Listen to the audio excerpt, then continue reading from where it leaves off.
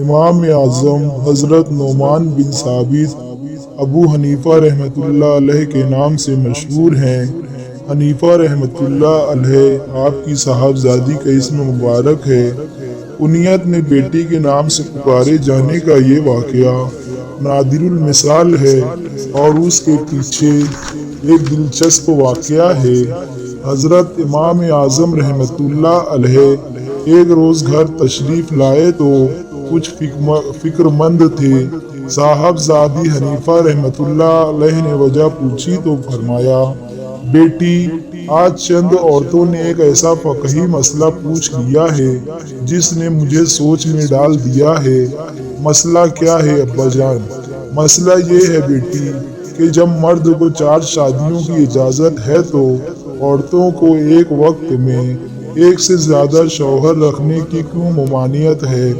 حنیفہ رحمۃ اللہ علیہ مسکرا کر بولی، بس اتنی سی بات بابا جان، میں اس کا جواب دے سکتی ہوں مگر میری ایک شرط ہے۔ وہ کیا؟ آپ نے دلچسپی سے پوچھا۔ شرط یہ ہے کہ آئندہ آپ میرا نام اپنے نام کے ساتھ شامل کر لیں گے۔ آپ نے کچھ سوچ کر کہا، اچھا مجھے منظور ہے۔ دوسرے دن ان سوال کرنے والی عورتوں کو بلا کر زنان خانے میں بھجوا دیا گیا۔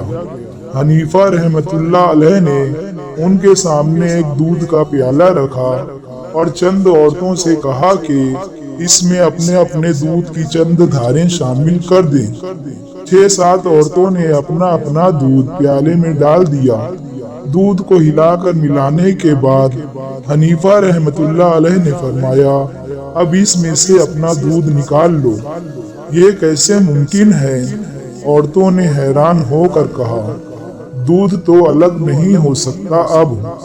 بی بی حنیفہ رحمۃ اللہ علیہ نے فرمایا، پھر ایک سے زیادہ خاوند کی اولاد کو کس طرح الگ کرو گی اور کیسے بتاؤ گی کہ کون سی اولاد کس خاوند کی ہے؟ عورتوں کو بات سمجھ آ گئی اور مسئلہ حل ہو گیا۔